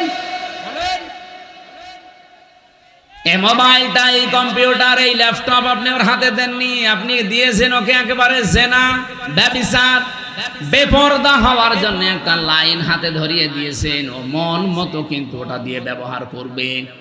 আমার মনে হয় মেয়েদেরকে এই জায়গায় খুব সেন্সিটিভ থাকা দরকার। মা বোনেরা, স্বামী যদি আপনাকে বাটন ফোন দিয়ে খুশি থাকতে চায়, বাটনের উপরে আপনি আর যাবেন না, কারণ আমাদের টার্গেট তো শুধু এইটাই না, এরপরে আর একটা জায়গা আছে আখিরাত। ওই জায়গাটা তৈরি করতে হলে আমাদের এখনই এই মনের সাথে যুদ্ধ করা লাগবে। আর যদিও এটা কঠিন বিষয়, শয়তান উৎপেতে আছে, করতে দেবে না। আমি সহ যারা এসেছি আজকে থেকে নিজেদেরকে শয়তান যত চাপ দিয়ে আমরা কন্ট্রোল হব। এই 14 জন মহিলা বাদ দিয়ে কেউ কল দিলেও জরুরি না হলে আমার দরকার নেই। আমি নিজেরটা বলছি, আমার এই মোবাইলে শুধু বাংলাদেশ না, বিশ্বের কোন জায়গা থেকে যদি মহিলারা কল দেয়, আমি আগে জিজ্ঞাসা করিনি প্রথমে যে মা আপনার স্বামী আছে অথবা আপনার ছেলে আছে। আজকে এই যে ইন্দোনেশিয়া থেকে, মালয়েশিয়া থেকে 3 জন মহিলা কল দিয়েছিল হোয়াটসঅ্যাপে আর মেসেঞ্জারে। আমি প্রথমেই তাকে মেসেজ লিখে জিজ্ঞাসা করছি, কে আপনি, আপনার স্বামী আছে অথবা সন্তান আছে? যদি স্বামী সন্তান থাকে, কোনো যদি কিছু চাওয়ার লাগে, আপনার কোনো মাসলা মাসাইল লাগে, তাদেরকে দিয়ে জিজ্ঞাসা করান। আপনার সাথে আমি কথা বলতে পারবো না, কারণ আমার মোবাইল ট্যাগ হয়। আপনার সাথে আমি কি কথা বলতে যে কি কথা বলবো ওইটা রেকর্ড করে আপনি ছেড়ে দেবেন, তখন মানুষ বলবে হামজা গেল। হ্যাঁ, কথা বলছেন এখন। আমার সাথে তো চোখের মতো লেগে আছে সব। আর খুব জরুরি যদি নাছড় বান্দা হয়, মেসেজ দেয় যে না আমার খুব দরকার, ওই আমার পাশে যে মাওলানা হুসাইন আহমেদ থাকে ওর কাছে বলি যে তুমি বলো যে আমি হামজা বলছি, যা বলার বল। ও মনে করে যে হুজুরি বলছে, যা বলার বলে, ফতোয়া শুধু আমারে জিজ্ঞাসা করে, মাসলা যদি কোরআন হাদিস কেন্দ্রিক হয় বলি যে এইটা জান। আজকে সকাল 11টায় এসেছে ভারত, বসিরহাট থেকে 2 জন স্বামী আর স্ত্রী। ওরা যদিও বলছিল যে হুজুর বিষয়টা গোপন রাখবেন, আমি শিক্ষার জন্য বলছি। ওই লোকটা তার দ্বিতীয় বউ নিয়ে এসেছে। প্রথম বউটার কাছে অনুমতি নেয়নি, দ্বিতীয় বিয়ে করেছে গোপনে। 8 বছর বিয়ে করে একটা ছেলে আছে 8 বছরের, 4 বছরের, মানে ছেলে সহ বিয়ে করেছে। 4 বছর বয়স ছিল ছেলেটার, 8 বছর বিয়ে করেছে। এখন বয়স হয়ে গেছে। নিয়ে আসার পরে বড় বউ রাখছে, না এই বউ যদি থাকে আমি তোমার ভাত খাবো না, এই বউ বাদ দেওয়াই লাগবে। এটা আমাদের বাংলাদেশ, ভারত, পাকিস্তান এই সমস্ত দেশে একটু সমস্যা। কারণ দ্বিতীয় বিয়েকে মানুষ খারাপ মনে করে, আর মনে করার চরিত্র খারাপ, এই জন্য বিয়ে করেছে। অথচ চরিত্র ঠিক রাখার জন্য যার একটা বিয়ে করেছে এটা কেউ বলে না। আর এটা একটা যে জায়েজ কাজ, তারপরও আমরা ঘৃণা করি, খারাপ ভাবি। কি এই এলাকায় নেই? যত ভালো বউ নিয়ে বাস করেন আর একটা বিয়ে করে দেখেন গোপনে, আপনার 14 গোষ্ঠী উদ্ধার করবে। অথচ এটা যে একটা জায়েজ কাজ, আল্লাহর নির্ধারিত বিধান। এই যে নারী কমিশন যে রিপোর্টগুলো দিয়েছে তার ভেতরে এইটা একটা। তারা বলছে না বিয়ে যে পুরুষেরা একাধিক বিয়ে করে এটা মহিলাদের প্রতি বৈষম্য। এক মহিলাও 4টে বিয়ে করে। এক মহিলা 4টা বিয়ে করলে যদি সন্তান হয় কোন বাপের পরিচয় দেবেন? এই কথা বলছে না। ওরা যে রিপোর্টগুলো দিয়েছে একটাও মানুষের রিপোর্ট না, আমার মনে হয় সবগুলো মেয়াদ উত্তীর্ণ গাঁজা খেয়ে রিপোর্ট দিয়েছে। কারণ মেয়াদ আলা গাঁজা খেলে মানুষ এ কথা বলে না। আমার কুষ্টিয়ার লালনের মাজারে তো মানুষ গাঁজা খায় দেখি, ওরা মেয়াদ আলা গাঁজা খায়, এই জন্য ওরা এত বেশি উল্টা পাল্টা বকে না। আর এই মহিলাগুলো সব মেয়াদ উত্তীর্ণ গাঁজা খেয়েছে, এই জন্য কোরআনে কারিমের উপরে হাত দিয়ে তারা ভুল ধরছে। উনি আমারে বলছিল আমার বউ, ছোট বউটা আমি সাথে করে নিয়ে এসেছি আজকে। আমি বললাম নিচে বসান। ওই যে 2 জন ছিল আমার সাথে। কি মাসলা জিজ্ঞাসা করতে চান বলেন? যেহেতু স্বামী আপনার সাথে আছে অসুবিধা নেই। স্বামীটা বলছে আমার বড় বড় যন্ত্রণায় সহ্য করতে না পেরে আমি শেষ পর্যন্ত আমার এই বউটাকে এক মজলিসে 3 তালাক দিয়েছি। কথা বুঝতেছে? এখন ফতোয়া দেন তো, আমি এই বউকে রাখবো না ছেড়ে দেব? আমি 2টা মত বললাম যে আমার দেশে আবু হানিফা রহমতুল্লাহ আলাইহির মত অনুযায়ী আমরা চলি বেশি, নাকি আমাদের এই উপমহাদেশে অধিকাংশ আমরা আবু হানিফার মত অনুযায়ী চলি বেশি। আমাদের মাযহাব অনুযায়ী নিয়ম হচ্ছে এক জায়গায় এক বৈঠকে 3 তালাক দিলে তালাক হয়ে যাবে। এখনো যে 3টা ইমাম আছে, অন্যান্য আরো আলেমদের মত আছে, সে মত আমি নিজেও মানি না, কিন্তু আমি ওই মতগুলো শ্রদ্ধা করি। এই জিনিসটা আমাদের নেই, এই জন্য ইসলাম আজ পিছিয়ে যাচ্ছে। আমি আলেমদেরকে বলছি, আপনি অন্যের একটা মত মানেন না ঠিক আছে, কিন্তু তার মত এটা শ্রদ্ধা করা লাগবে। ইমাম আবু হানিফা রহমতুল্লাহ আলাইহির সাথে অন্যান্য ইমামদের মত একেবারে পুরা উল্টা। ইমাম আবু হানিফা জানিয়েছে সূরা ফাতিহা যদি নামাজে কেউ পড়ে তার নামাজই হবে না। ইমাম শাফি বলছে, ইমাম শাফি রহমতুল্লাহ আলাইহি বলেন নামাজের ভেতরে যদি কেউ সূরা ফাতিহা না পড়ে তার নামাজই হবে না। এটা পুরা উল্টা না? বলেন বলেন। একজন বলছে হবেই না, আর একজন বলছে না পড়লে হবে না। পুরা উল্টা। কিন্তু তারা মতটা শ্রদ্ধা করতো। কোনোদিন আপনি তাদের ভেতরে কোনো বিদ্বেষ, হিংসা, অহংকার, মানি না এ কথা ছিল না। উনি বলতো এটা আমার মত, মানলে মানেন, না হলে ওনার মতটা আমি শ্রদ্ধা করি, কিন্তু আমি ওইটা মানি না। আমি আল্লাহর ওই বান্দা বসিরহাট থেকে যারা এসেছিল আজকে বললাম যে ভাই আপনি মুসলমান, আপনারা তো বিপদে আছেন ভারতে। বলছে হ্যাঁ খুব বিপদে আছি। আপনার এই বউটাকে এখন 2টা মত আছে, আপনি যে মত অনুসরণ করে চলেন ওইটা মেনে চলেন। আমাদের মাযহাব অনুযায়ী এই নিয়মটা যে আপনার বউ যেহেতু তালাক হয়ে গেছে অন্য আরেকজনের সাথে বিয়ে দেবেন। সে সংসার করার পরে ইচ্ছা করে ছেড়ে দেবে, তালাক দিয়ে দেবে, 3 মাস 10 দিন পরে আপনি তারপরে বিয়ে করে ফেলবেন, এটা একটা নিয়ম। আর একটা মাযহাব আছে, ওটা এক বৈঠকে বা 1 মাসের ভেতরে যদি 1 কোটি 12 তালাক দেন, 1 তালাক হবে। তাহলে ওইটা আর একটা মত, ওটা 3 মাসে 3 হায়েজে 3 তালাক দেওয়া লাগে। ওটা যদি আপনি ওই মত অনুসরণ করে চলেন, আপনি ওইটাও মানতে পারেন। এখন ওনারে বলে দিয়েছে আমি 2টা মত, উনি যেটা মেনে, যেই মাযহাব মেনে চলে চলুক, আমার অসুবিধা নেই, আমি তো ওইটা মানি না, কিন্তু আমার শ্রদ্ধা করা লাগবে। আজ আমরা এই দেশে যারা বিভিন্ন ভাবে ইসলাম কায়েমের চেষ্টা করছি, এই যে যারা জামাত ইসলাম করে, তারা কথা শুনতে শুনতে 54 বছর পর্যন্ত আমরা দেখছি তাদের বিরুদ্ধে একটা মিথ্যা তহমত দেওয়া আছে যে এরা মওদুদীর অনুসরণ করে চলে। মওদুদী কি কোনো ফেকার ইমাম ছিলেন? বলেন বলেন। তো তাকে আমরা অনুসরণ করছি কি কোন বসে? তিনি দার্শনিক ছিলেন, তিনি রাষ্ট্র চিন্তা করতেন, রাষ্ট্র নিয়ে, তিনি অর্থনীতি নিয়ে চিন্তা করতেন। এই যে ইসলামী ব্যাংকের যে থিওরি তিনি দিয়েছেন, সুদ মুক্ত ভাবেও যে ব্যাংকিং ব্যবস্থা চালানো যায়, এই যে জমি জায়গা যারা চাষ করে খান, এখান থেকে যে সুদ থেকে বাঁচা যায়, যারা এই যে 1 লাখ টাকা আমি এই ভাইরে দিলাম, 1 বিঘা জমি নিলাম, যতদিন আমি চাষ করে খাবো ততদিন জমি ফেরত দেওয়া লাগবে না, যখন টাকা ফেরত দেব তখন জমি ফেরত নিয়ে নেব। এটার নাম কি? এই যে বন্ধক, এটা জায়েজ আছে, অথচ এলাকায় বহু মানুষ মনে হয় আপনারা করেন না? না, এটা যদি জায়েজ করতেই হয় তাহলে কয়েকটা পদ্ধতি মানা লাগবে, নয়তো আপনার মায়ের সাথে জেনা করার গুনাহ হবে। যতদিন এই ভাইয়ের জমি আমি চাষ করে খাবো ততদিন এই যে সরকারকে টাকা দেওয়া লাগে, খাজনা। 1 বিঘা জমিতে কয় টাকা ভাই? হ্যাঁ,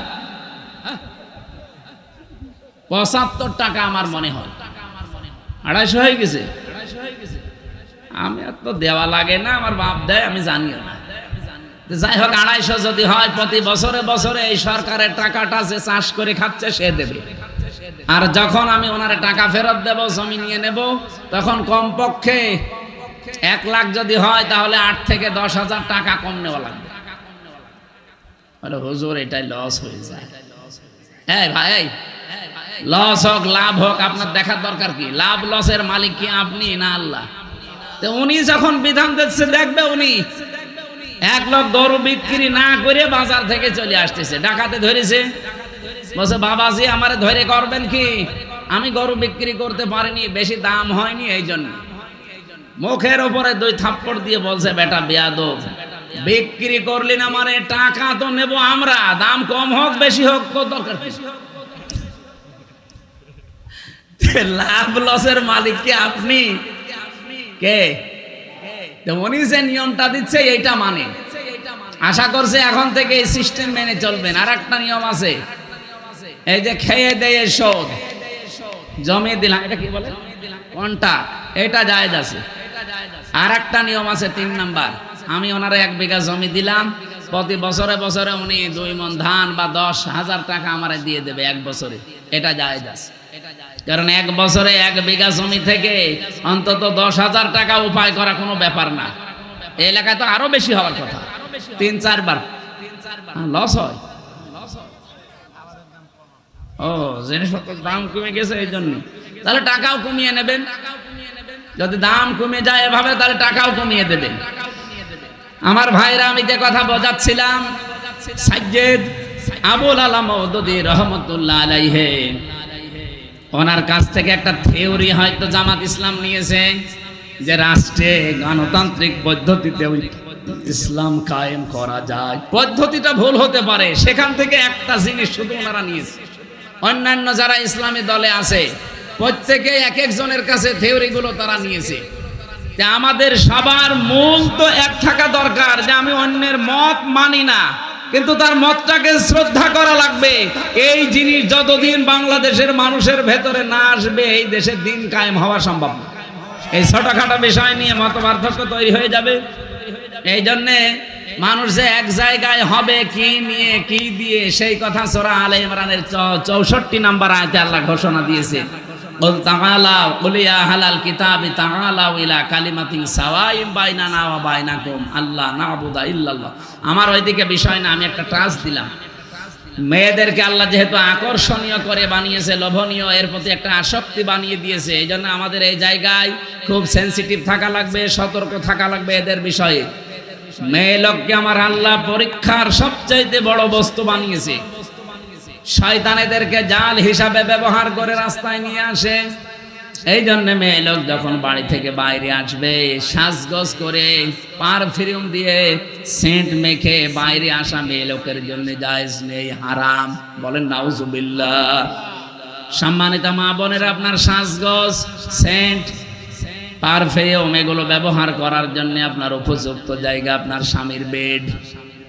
এই বিছানা শুধু বাইরে আপনি এগুলো করতে পারবেন না, যেহেতু আপনাকে শয়তানের জাল হিসাবে শয়তান ব্যবহার করবে। নবীজি জানিয়েছেন, আমরা আজকে থেকে সতর্ক হয়ে যাব এই জায়গা থেকে, যে আমরা কোনো দিন যেন নিজের মেয়েকে, বউকে, নিজের ফুফুকে, মাকে, শাশুড়িকে, খালাকে বেপরদা করে রাস্তাঘাটে ছেড়ে না দেই। এই আয়াতের তাফসিরে লিখেছে, একজন মহিলা যদি বেপরদায় এটার জন্য যদি ওই মহিলা দাজ্জুস হয়ে জাহান্নামে যায়, 4 জন নিয়ে গেলে আমরা যে কোনো একজনের ভেতরে পড়ে যাচ্ছি। আল্লাহ আমাদের হেফাজত করুন। মেয়েদেরকে যে মর্যাদা, সম্মান পর্দার মাধ্যমে দিয়েছেন, আল্লাহ এটা বজায় রাখার তৌফিক দান করুন। বলেন আমিন। দুনিয়াতে আল্লাহ পাক জানিয়েছেন, আমি পরীক্ষার বস্তু আরো কয়েকটা বানিয়েছি, তার নাম্বারে অল বানিন, সন্তানাদি, ছেলে মেয়ে, স্ত্রী পুত্র, এগুলো আমার আল্লাহ আমাদের কাছে পরীক্ষার বস্তু বানিয়েছেন, লোভনীয়, আকর্ষণীয়, ভালোবাসার জিনিস এগুলো। এগুলোর পেছনে ফিরতে যে, চলতে যে আমার বিশাল আখিরাতের জীবন যেন আমি নষ্ট করি না ফেলি। সূরা মুনাফিকের ভেতরে আল্লাহ আমাদের জন্য ওয়াজ করেছেন, ইয়া আইয়ুহাল্লাযীনা আমানু লা তুলহিকুম আমওয়ালুকুম ওয়ালা আওলাদুকুম আন যিকিরিল্লাহ ওয়া মান ইয়াফআল যালিকা ফাউলাইকা হুমুল খাসিরুন। ওহে যারা ঈমানের দাবি করো, কখনো তোমাদের সন্তান আদি আর সম্পদ আদি এগুলো যেন আল্লাহর জিকির, আল্লাহর আইন, আল্লাহর বিধান থেকে তোমাদের গাফেল করে না দেয়। যদি এরকম কেউ করে থাকো, আমি আল্লাহ বলছি সে জীবনে ক্ষতিগ্রস্ত হয়ে যাবে। বলেন নাউজুবিল্লাহ। এই ওয়াজটা আমার নিজের জন্যই মনে করেন। আজকে থেকে আমি নিজেই সংশোধন হয়ে চলবো। যত মহব্বতের জিনিস সন্তান হোক, তার পেছনে পড়ে আল্লাহর বিধান নামাজ, তার পেছনে পড়ে আল্লাহর বিধান রোজা, তার পেছনে পড়ে আল্লাহর বিধান যাকাত, এগুলো যেন আমি লঙ্ঘন না করি, নষ্ট না করি। আল্লাহ আমাকে নিজে এবং যারা এখানে শুনছি প্রত্যেককে আমল করার তৌফিক দেন। বলেন আমিন। এরপরে আল্লাহ কোরআনে দিয়েছেন, আল কানাতিরিল মুকান্তরাতি মিনাজ যাহাবি ওয়াল ফিদ্দাতি ওয়াল খাইলিল মুসাওয়ামাতি ওয়াল আনআমি ওয়াল হারস। এই পৃথিবীতে পঞ্জীবিত সোনা, পঞ্জীবিত রূপা, ব্যবসার মাল এবং ভালো ভালো বাড়ি, গাড়ি, শস্য ক্ষেত, এগুলোর প্রতি মহব্বত, ভালোবাসা, আকর্ষণ, আসক্তি আমি আল্লাহ তৈরি করে দিয়েছি। কিন্তু দুনিয়ায় সব এগুলো ভোগের বস্তু। যালিকা মাতাউল হায়াতিদ দুনিয়া আল্লাহু ইনদাহু হুসনুল মাআব। আমি আল্লাহর কাছে উত্তম কিছু আছে যেগুলোর খবর এখনো তোমরা জানো না। সে কথাটা জানাতে আল্লাহ এখানে 3টা বৈশিষ্ট্যের কথা আমাদের জানিয়েছেন। কুল আউনাব্বিউকুম বিখাইরিম মিন যালিকুম লিল্লাযীনা তাকাউ ইনদা রাব্বিহিম জান্নাত তাজরি মিন তাহতিহাল আনহারু খালিদিনা ফিহা ওয়া আজওয়াজুম মুতাহহারাতুন ওয়া রিদওয়ানুম মিনাল্লাহ আল্লাহু বাসীরুম বিল ইবাদ। নবী আপনি বলুন, আমি কি তোমাদেরকে এমন উত্তম কিছু বিষয়াদি জানাবো, সেগুলো কি যারা তাকওয়া অবলম্বন করে, আল্লাহকে না দেখে ভয় করে চলার নীতি, এগুলো নিয়ে দুনিয়ার জীবন চালাতে থাকবে। চোখ বন্ধ হয়ে গেলে এদের রবের কাছে বাগান তৈরি করা আছে, যার তলদেশ দিয়ে নদী আর নহর প্রবাহমান, চিরকাল সেখানে থাকবে, কেউ তাকে বের করে দেবে না। ওয়াজওয়াজুম মুতাহহারা, পবিত্র স্ত্রী আল্লাহ তাদের জন্য সেখানে রেডি করে রেখেছেন। রিদওয়ানুম মিনাল্লাহ, সবচাইতে বড় বিষয় আল্লাহ নিজে তাদের উপরে সব সময় খুশি থাকবেন। বলেন সুবহানাল্লাহ। আল্লাহু বাসীরুম বিল ইবাদ, আল্লাহ পাক বলেন আমার বান্দাদের প্রতি আমি খুব সূক্ষ্ম দৃষ্টি রেখে চলি। এই জন্য আমাদের প্রতি আমরা যাই করি, ইন্নাল্লাহা খাবীরুম বিমা তা'মালুন, যা করছি সব একদম দেখতে পাচ্ছে।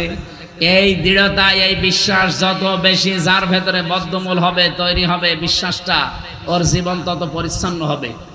আমি সহ প্রত্যেকের জীবনে আয়াতগুলো আল্লাহ অনুধাবন করে মেনে চলার তৌফিক দিন। আপনাদের অনেক রাত হয়ে গেছে, 12টা বাজে, অনেকে উঠে চলে যাচ্ছে না। এই অবস্থায় আমি আর কথা বলতে চাচ্ছি না। মেয়েদের জীবনী নিয়ে যে সমস্ত বইগুলো লিখেছিলাম জেলে থাকাকালীন, বাইরে এসে আপনারা যদি পারেন ওগুলো নিয়েছেন গাড়ি থেকে। আল্লাহুম্মা আমিন। লা ইলাহা ইল্লা আনতা সুবহানাক ইন্নী কুনতু মিনাজ জালিমিন। এই মোনাজাত বসে করুন, বসে মাথা নিচু করেন, চক্ষু বন্ধ করেন, জীবনের যত অপরাধ আছে সব স্মরণ করবেন। রব্বানা আতিনা ফিদ দুনিয়া হাসানা ওয়া ফিল আখিরাতি হাসানা ওয়া কিনা আযাবান নার।